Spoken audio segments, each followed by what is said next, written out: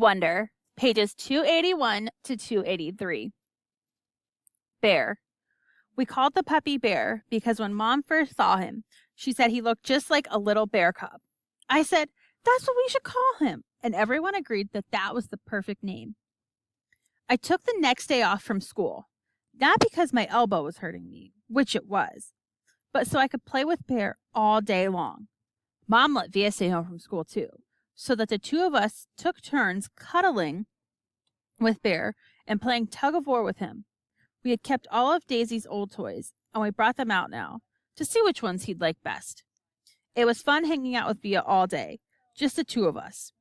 It was like old times, like before I started going back to school. Back then, I couldn't wait for her to come home from school so that she could play with me before starting her homework. Now that we're older, though, I'm going to school and have friends of my own that I hang out with. We never do that anymore. So it was nice just to be hanging out with her, laughing and playing. I think she liked it too. The shift.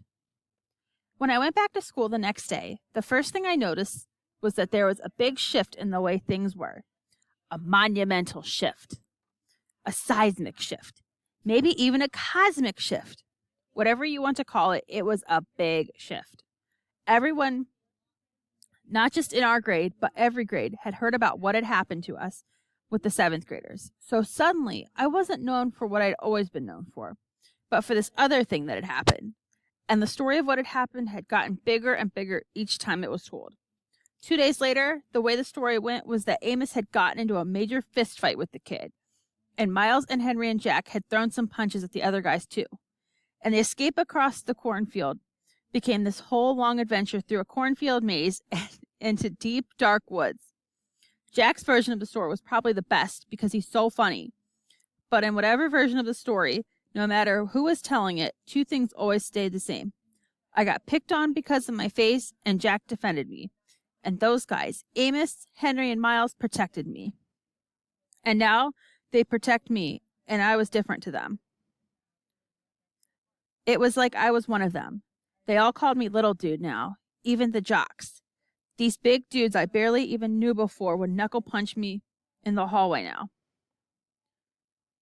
Another thing to come out of this was that Amos became super popular, and Julian, because he missed the whole thing, was really out of the loop. Miles and Henry were hanging out with Amos all the time now, like they had switched best friends. I'd like to be able to say that Julian started treating me better too, but that wouldn't be true. He still gave me the dirty looks across the room. He still never talked to me or Jack, but he was the only one who was like that now. Me and Jack, we couldn't care less.